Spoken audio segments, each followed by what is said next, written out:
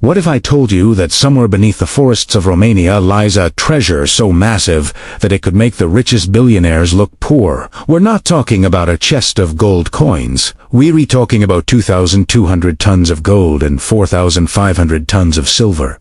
That's $150 billion in today's money, and it's been hidden for nearly 2,000 years. This is the story of King Decebalus, the warrior who defied Rome, the genius who diverted an entire river to hide his treasure, and the man who chose death over surrender. But here's the twist. The Romans found some of it, but treasure hunters believe the majority is still out there, and people are searching for it right now. To understand this treasure, we need to go back to 87 AD, to a kingdom that terrified even the mighty Roman Empire, the kingdom of Dacia. Dacia occupied what is today Romania and parts of surrounding countries, but this wasn't some backward barbaric territory. The Dacians were master metallurgists, fierce warriors, and they controlled something Rome desperately wanted: gold. Mountains of it. The Dacian mountains were rich with gold and silver deposit, but the Dacians weren't just miners. They were artists. They created gold spiral bracelets in the shape of snakes, intricate armor, and artwork that rivals anything produced in Rome. Their wealth was legendary, and one man would unite this kingdom and take it to its greatest heights and its tragic end. Enter Decebalus. His name literally means strong as 10 men or the brave heart, and he earned that name. In 85 serving under King Durus, Decebalus led Dacian forces in a raid on the Roman province of Mysia. When Rome sent their best general, Cornelius Fuscus, with 5 legions to crush them, Decebalus did something incredible.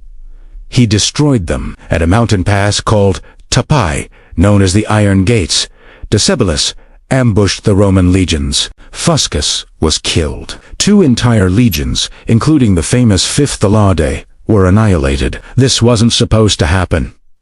Rome was the superpower of the ancient world, but Decebalus had humiliated them. After this victory, the aging King Durus stepped down, and Decebalus became king. Even the Romans admitted his genius. The historian Cassius Dio wrote that this man was shrewd in his understanding of warfare, an expert in ambuscades, and a master in pitched battles.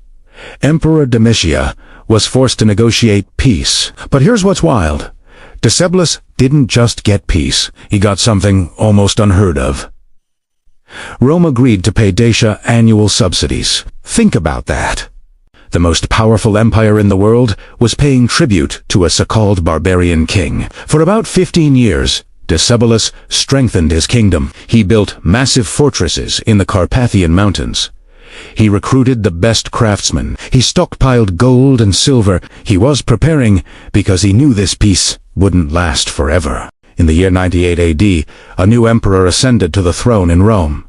His name was Trajan, and he was a soldier's emperor, a man of action with unfinished business. For years, Rome had been paying tribute to a kingdom on its northern frontier, a kingdom called Dacia. To a military man like Trajan, this was a national humiliation. On top of that, Rome's treasury was running low. Trajan knew where to find a solution to both problems. He knew about the legendary gold mines of Dacia. So, in 101 AD, Trajan launched the First Dacian War.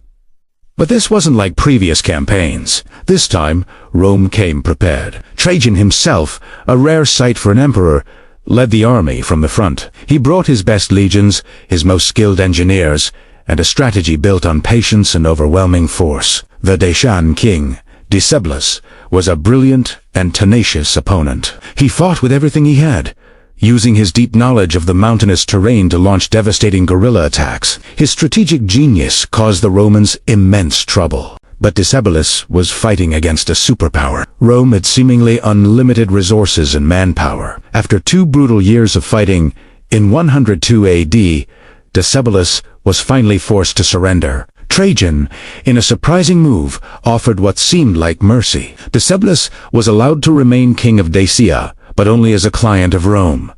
He had to surrender large chunks of his territory, tear down his formidable network of fortresses, and allow Roman garrisons to be stationed on his land. To the outside world, Dacia was tamed, but Decebalus wasn't broken. He was biding his time.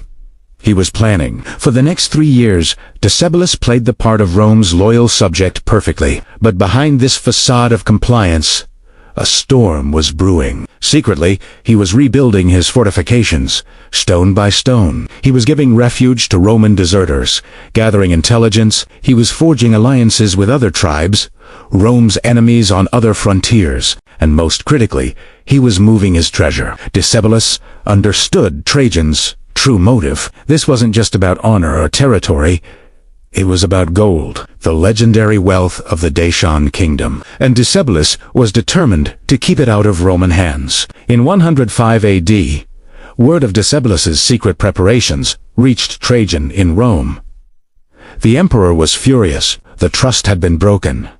This time, there would be no mercy. The Second Dacian War began. To launch his invasion, Trajan commissioned an architectural marvel. His engineers, led by the famous Apollodorus of Damascus, constructed a massive bridge across the mighty Danube River.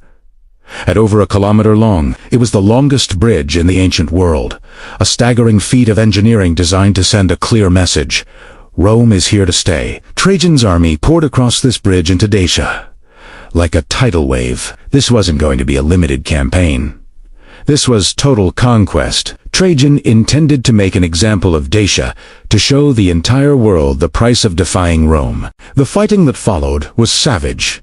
Even by ancient standards, Trajan's legions advanced relentlessly, laying siege to one Dacian fortress after another. The resistance was fierce, but the outcome was inevitable. Decebalus was forced into a fighting retreat, falling back towards his capital, Sarmiseca-Tusarechia, a fortress city nestled high in the remote Carpathian Mountains. This was it. This was his last stand. In the summer of 106 AD, after a long and grueling siege, Sarmizegetus finally fell. Roman soldiers swarmed into the city, expecting plunder. But what they found left them speechless. It was a treasure beyond their wildest imaginations. Hundreds of tons of gold and silver coins and bullion, priceless artifacts, jeweled weapons, and sacred objects accumulated over generations. It was, without a doubt, the single greatest treasure seizure in Roman history. The ancient sources describe a monumental effort to transport this wealth back to Rome. It took months, with countless wagons and ships loaded to the brim with Dacian gold. The influx of wealth was so immense, it completely revitalized the Roman economy. When Trajan celebrated his triumph back in Rome, the festivities were on an unprecedented scale. The games lasted for 123 straight days, featuring 10,000 gladiators fighting in the arena. He used the money to fund a massive building program, including the famous Trajan's Forum and Trajan's Market, remnants of which you can still see in Rome today. The conquest of Dacia made Trajan a legend in Rome, richer than ever. But amidst the celebration, there was a nagging problem. A loose end Decebalus was gone. During the chaotic final moments of the siege, he had managed to escape from his capital with a small band of his most loyal followers, melting away into the vast, unforgiving mountains. And he had taken a secret with him. Now, put yourself in Trajan's shoes for a moment. You've just achieved the greatest military victory of your life. You've conquered a powerful kingdom, erased it from the map, and seized more treasure than any Roman general before you. Your name will be remembered for eternity. But you're also a meticulous man, a general who plans every detail, and something isn't adding up. The numbers don't make sense. You know that the Dacian kingdom had been accumulating wealth for decades, if not centuries. They controlled some of the richest gold and silver mines in all of Europe. On top of that, for years, Rome itself had been paying them a hefty annual tribute. The treasure found at Sarmizegetus was staggering. Yes. But was it everything? Based on Roman intelligence and calculations, it couldn't be. There should be more. A lot more. So, the question that haunted the emperor was simple. Where was the rest of Decebalus's treasure? The hunt was on. Roman patrols scoured the mountains, desperately searching for the fugitive king. They knew Decebalus wouldn't survive long on his own, and capturing him was the key to finding the missing gold. The breakthrough came from a man named Decebalus, a close confidant of the Dacian king who was captured by the Romans. Under interrogation, Decebalus cracked. He revealed a secret so incredible, it sounds like something from a fantasy novel. He told the Romans that Decebalus, knowing the end was near, had used Roman prisoners to divert the course of a nearby river.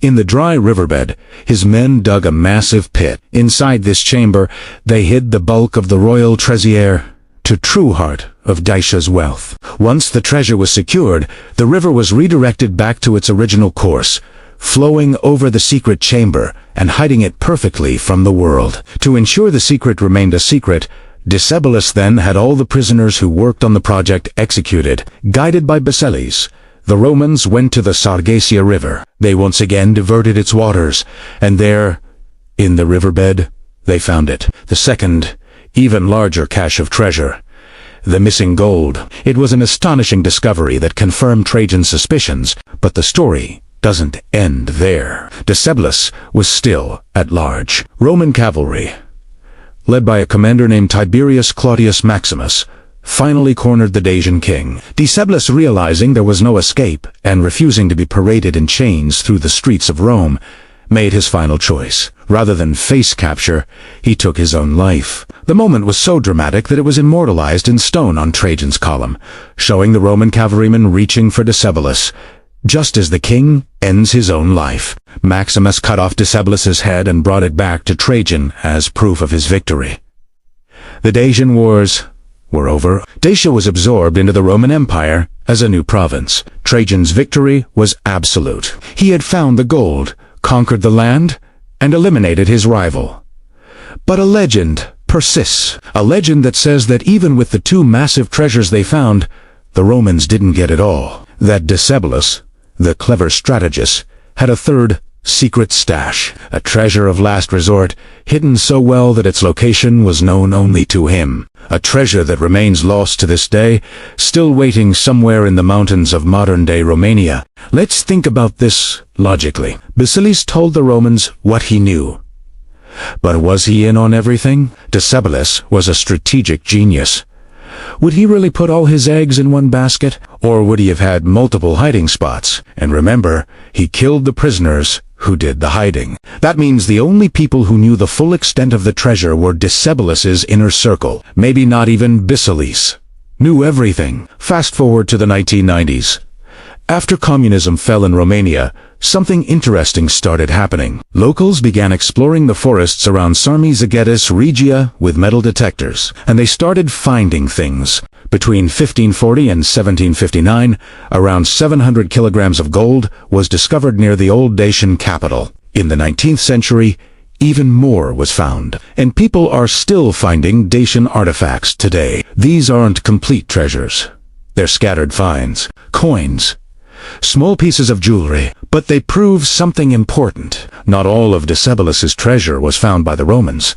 Think about it. Decebalus had years to prepare. He controlled a vast territory with hundreds of caves, valleys, rivers. He had trusted allies scattered throughout the kingdom. Modern historians and archaeologists have identified several possibilities. Theory 1. The secondary caches. The riverbed treasure might have been a decoy, albeit a very expensive one. Perhaps Decebalus had other, smaller caches hidden in multiple locations. Spread your risk. Hide your treasure in 10 different spots instead of one. Theory 2. The lost caves. The Carpathian Mountains have thousands of caves. Many have never been fully explored. Some have been sealed by landslides or erosion over 2,000 years. It's entirely possible that caves containing Dacian treasure are simply lost, inaccessible, or unknown. Theory 3. The loyal followers. When Decebalus fled Sarmizegetis, he didn't flee alone. He had followers, trusted warriors. Some of them might have been sent on secret missions to hide portions of the treasure and locations even Decebalus didn't know about. Theory 4.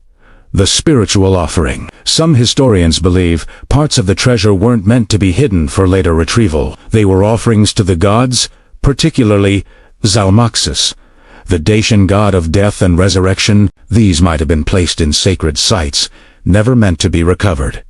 And here's something eerie. Local legends in Romania speak of cursed gold in the mountains, stories passed down through generations about treasure guarded by spirits, or hidden in places where those who search for it never return. Are these just stories, or folk memories of real hiding places distorted over time? But the biggest mystery might be this. In 106 AD, hunted by Roman cavalry, Decebalus chose death over capture. He slit his own throat rather than be paraded through Rome in chains. A Roman cavalryman named Tiberius Claudius Maximus caught him at the moment of death and brought his head to Trajan. Decebalus died without ever revealing his secrets. He knew where every cache was hidden. He took that knowledge to his grave. Unless he left clues. What if he left clues? Ancient peoples often used landmarks, astronomical markers, or symbolic maps. What if there's a Dacian equivalent of a treasure map, hidden in plain sight? Some researchers have tried to analyze the layout of Dacian fortresses, looking for patterns. Others have studied ancient Dacian religious texts and symbols. So far, nothing definitive, but the searches continue. Modern technology, ground-penetrating radar, LiDAR metal detection technology is more sophisticated than ever. The Romanian government periodically receives applications from treasure hunting companies wanting permission to search, and they keep finding small pieces.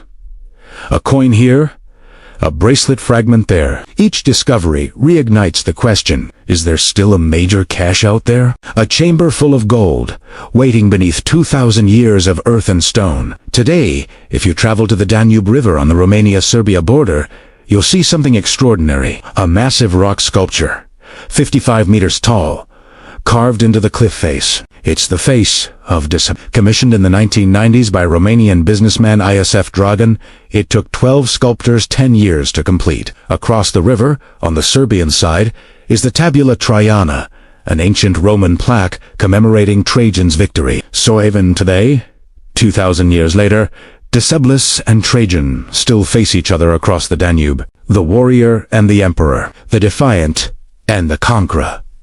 But here's what's interesting. The Romans won the war. They conquered Dacia. They took the treasure. They built monuments to their victory. They thought they had won completely. And yet, modern Romania speaks a language derived from Latin. Yes, but they call themselves Romanians, keeping the memory of Rome. Yet they consider Decebalus a national hero. His face is carved into their landscape. In 1843, Romanian politician Mihail Cogălnășanu called Decebalus the greatest barbarian king of all time, more worthy to be on the throne of Rome than the rascally descendants of Augustus. Treasure, or at least most of it, is gone. But the legend, that's eternal. So is the treasure still out there? Here's what we know for certain. The Romans found a massive treasure worth billions. Small caches are still being discovered today. Thousands of caves remain unexplored. Decebalus had years to hide multiple caches. He died without revealing his secrets. Could there be a lost cave, sealed by a landslide in the 3rd century, containing gold bars and silver ink? Could there be a chamber deep in the mountains, its entrance hidden by 2,000 years of overgrowth? The honest answer is, maybe. What makes this story so compelling isn't just the treasure. It's what the treasure represents. A king who refused to surrender. A people who chose to hide their wealth rather than let invaders take it. A final act of defiance that echoes through millennia. The Dacians are gone. Their kingdom is gone. Their language is lost.